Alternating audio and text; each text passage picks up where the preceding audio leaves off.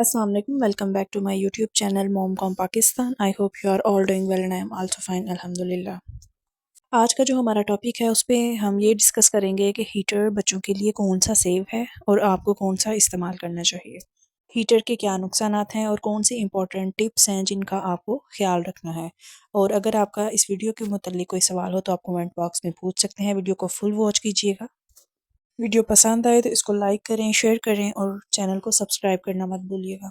सबसे पहले हम बात कर लेते हैं गैस हीटर्स की, जो कि आम तौर पे हमारे घरों में ज़्यादा इस्तेमाल होते हैं। एक तो ये सस्ते होते हैं और दूसरा अगर हमारे घरों में गैस लगी हो तो हम मोस्टली गैस हीटर को ही प्रेफर करते हैं।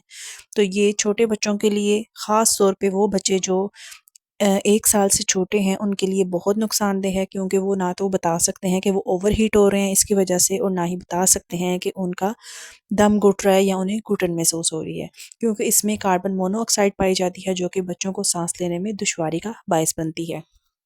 और जब गैस एकदम से बंद हो जाती है तो बाद में जब एकदम से गैस ओपन होती है तो गैस लीकेज बहुत ज़्यादा होने की वजह से भी बच्चों में सांस लेने के अमल को मुतासिर करती है। तो गैस हीटर बच्चों के लिए बहुत ख़तरनाक हैं। गैस हीटर्स आप ख़ास तौर पे बच्चों वाले घरों में इस्तेमाल ना किया करें। अब दूसरे नंबर पे हम बात करते हैं फ़ैन हीटर की। फ़ैन हीटर भी जब तक चलता रहता है तब तक आपको गर्मी महसूस होती रहती है, लेकिन जो ही फ़ैन हीटर बंद होता है तो ठंड महसूस होना शुरू हो जाती है। इससे जिस्म ठंडा गर्म होता है और ये बच्चों के लिए बहुत नुकसानदेह होता है। अगर आप फ़ैन हीटर यूज़ कर रहे हैं तो कभी भी उसकी डायरेक्ट हवा बच्चे के ऊपर ना आने दें। उसको रूम में चलाएँ और अगर रूम का टेम्परेचर गर्म हो रहा है तो आप उस टेम्परेचर में बच्चे को रखें, डायरेक्ट फ़ैन बच्चे के ऊपर ना चलाएँ। नेक्स्ट हम बात कर लेते हैं रॉड हीटर्स की। रॉड हीटर का भी सेम वही सिस्टम है कि जब चल रहा होता है तो हीट महसूस हो रही होती है, लेकिन जो ही वो बंद होता है तो एकदम से ठंड लगना शुरू हो जाती है, जिससे जिस्म में ठंड और गर्मी इस तरह से मिल रही होती है। तो ये बच्चों के लिए नुकसानदेह हो सकती है, बच्चों को काफ़ी नुकसान पहुंचा सकती है। दूसरा ये कि इसका जो सबसे बड़ा साइड इफ़ेक्ट है वो ये है कि आप जब इसको ऑन करते हैं तो इसमें लाइट ऑन होती है रॉड्स में, तो ये बच्चों को बहुत ज़्यादा अट्रैक्ट करती है। ख़ास तौर पे वो बच्चे जो क्रॉलिंग करते हैं तो वो इस को पकड़ने की कोशिश में लगे रहते हैं। तो अगर आप ये रॉड यूज़ कर रहे हैं तो बच्चों की पहुंच से दूर रखें और कभी भी बच्चों को अकेला हीटर वाले कमरे में मत छोड़ें।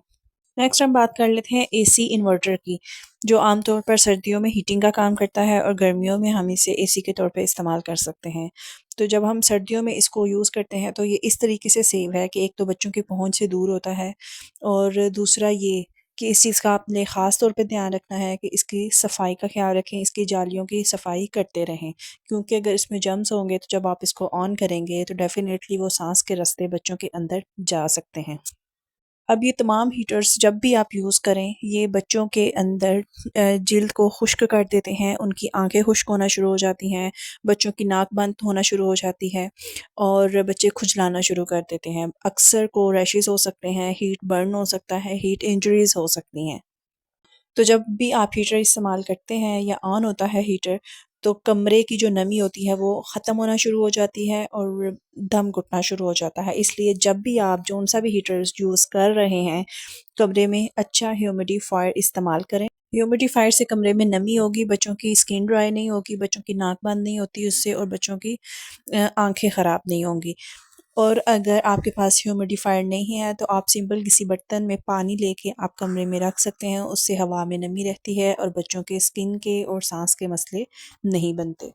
हम देख लेते हैं कि सबसे सेफ हीटर कौन-सा है। सबसे सेफ बच्चों के लिए ऑयल हीटर है। ये थोड़ा प्राइस में महँगा होता है, हर कोई अफ़ोर्ड नहीं कर सकता, लेकिन अगर आप अफ़ोर्ड कर सकते हैं तो आप इस चीज़ को प्रेफ़र करें कि आप ऑयल हीटर खरीदें, क्योंकि इसमें एक बैलेंसिंग टेम्परेचर होता है जो कि बच्चों को नुकसान नहीं देता। उनकी स्किन और उनके सांस के मसलों के लिए ये बेहतरीन रहता है। क्योंकि दूसरे हीटर्स कमरे में नमी भी ख़त्म कर रहे होते हैं, स्किन एलर्जीज़ कर रहे होते हैं, तो इसलिए आप इस चीज़ को ख़ास तौर पे ख़्याल रखें कि अगर आप दूसरे हीटर यूज़ कर रहे हैं तो ह्यूमिडिफ़ायर इस्तेमाल करें, लेकिन अगर आप अफ़ोर्ड कर सकते हैं तो आप ऑयल हीटर का इस्तेमाल करें। गैस वाला हीटर आपने कतई किसी सूरत में इस्तेमाल नहीं करना और हीटर्स को बच्चों की पहुँच से दूर रखें। और अगर बच्चे की स्किन बहुत ज़्यादा फट रही है या ड्राई हो रही है तो आप अच्छे बच्चों वाले मॉइस्चराइज़र का इस्तेमाल करें, उससे उनकी जल्द अच्छी रहेगी। और अगर मॉइस्चराइज़र नहीं तो आप कोकोनट ऑयल भी यूज़ कर सकते हैं। और अगर बच्चे की नाक बंद है तो आप नॉर्मल सलाइन के ड्रॉप यूज़ कर सकते हैं और बल्ब सकर इस्तेमाल कर सकते हैं। उससे बच्चे की नाक भी खुल जाएगी और नाक की सफाई भी हो जाएगी।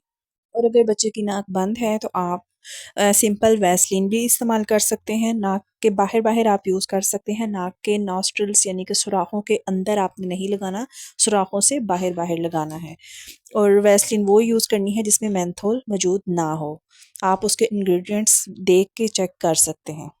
और आप कौन-सा भी हीटर इस्तेमाल कर रहे हैं, उसकी कभी भी डायरेक्ट हवा बच्चे के ऊपर मत पड़ने दें और बच्चे को कभी भी हीटिंग वाले कमरे में अकेला ना छोड़ें।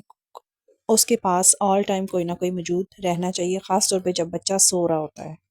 मैं उम्मीद करती हूँ आज की वीडियो आपके लिए काफ़ी हेल्पफुल रही होगी। अपना और अपने बच्चों का बहुत सारा ख़्याल रखें। मिलते हैं अगली वीडियो के साथ। अल्लाह हाफ़िज़।